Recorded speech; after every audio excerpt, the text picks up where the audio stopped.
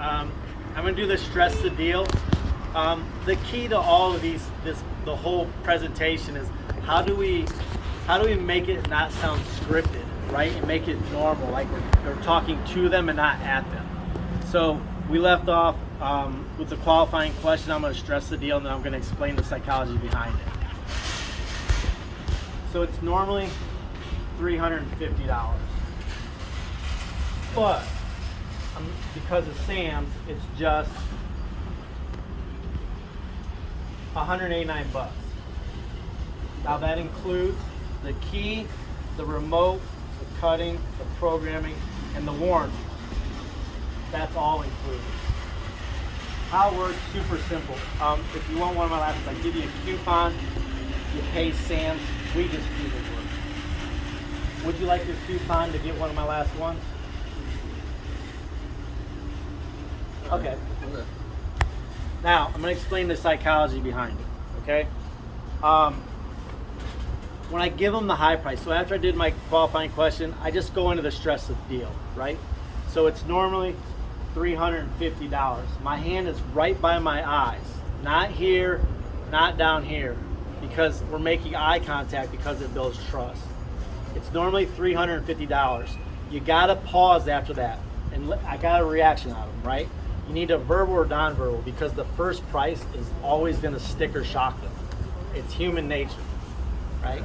Then after I get that, but because of Sam's, it's just, and then I count to 3. I give it 3 seconds because we're building impulse, right? I say just, so that way when they repeat it in their head or they say it to their spouse, they say it's just, right? And I don't use dealer because I don't like to open myself up to the dealer rebuttal, but you guys can. Then after my 3 seconds, I look back up, I look them in the eye, $189. I pause again after that because you might sticker shock them a second time, right? So I'm looking for a verbal, non-verbal. If I don't get anything, I'm just gonna continue on after 1 or 2 seconds. And I'm gonna say, now, and I'm saying it to grab their attention. That includes, and I look down here, I'm not looking them in the eyes, I'm looking at my hands, so they look here. And then I count it out just like this. So don't go 1, put your finger back, 2, and put them back. Just count it out so they see it getting bigger. That includes the key, the remote, the cutting, the programming, and the warranty. You don't hear me saying 3-year warranty because if you want this to sound like a good deal, you've got to do the opposite. So if I'm like, oh, well, that includes a warranty, it's 3 years, parts, labor, no deductible batteries, it's like I'm trying to convince them it's a good deal. I'm not trying to convince them, I'm just educating, right? And then after I tell them what's included, again, I'm looking for a read and react. So I'm trying to determine if they're a yes, no, or maybe. For me, the easiest way is just to assume everybody's a no and just soft close them, right? Then I go, how it works, it's super simple. If you want one of my last ones, guys, saying 1 is not necessarily good, so don't lie. If you have 10, just say you want one of my last ones, right? How it works, super simple. I give you a coupon.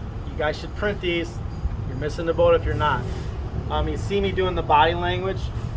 I give you a coupon. You pay Sam's. You gotta go like this, and give a little second pause so they read that, right?